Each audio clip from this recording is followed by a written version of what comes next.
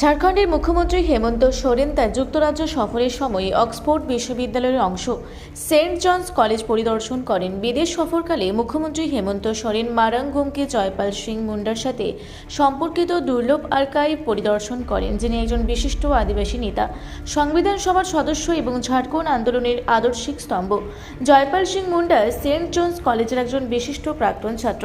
এই সফরের ভিত্তিতে মুখ্যমন্ত্রী ঝাড়খণ্ড সরকার এবং সেন্ট জনস কলেজের মধ্যে কাঠামোগত সহযোগিতার প্রতি আগ্রহ প্রকাশ করেছেন, যার মধ্যে রয়েছে ভবিষ্যৎ প্রজন্মের জন্য ঝাড়খণ্ডের ঐতিহাসিক ও বৌদ্ধিক ঐতিহ্য সংরক্ষণের জন্য আর্কাইভ বিনিময়, ডিজিটাইজেশন এবং যৌথ সংরক্ষণ উদ্যোগ। অধ্যাপক লেডি সু ব্ল্যাক ঐতিহ্য সংরক্ষণের ক্ষেত্রে ঝাড়খণ্ড সরকারের আগ্রহকে স্বাগত জানিয়েছেন এবং অক্সফোর্ড এবং ঝাড়খণ্ডের মধ্যে দীর্ঘমেয়াদী একাডেমিক সহযোগিতার চেতনার প্রশংসা করেছেন। তিনি চেভেনিং মারাঙ্গমকে জয়পাল সিং মুন্ডা বৃত্তিকে তরুণ প্রতিভার জন্য একটি শক্তিশালী সেতু হিসেবে বর্ণনা করেছেন।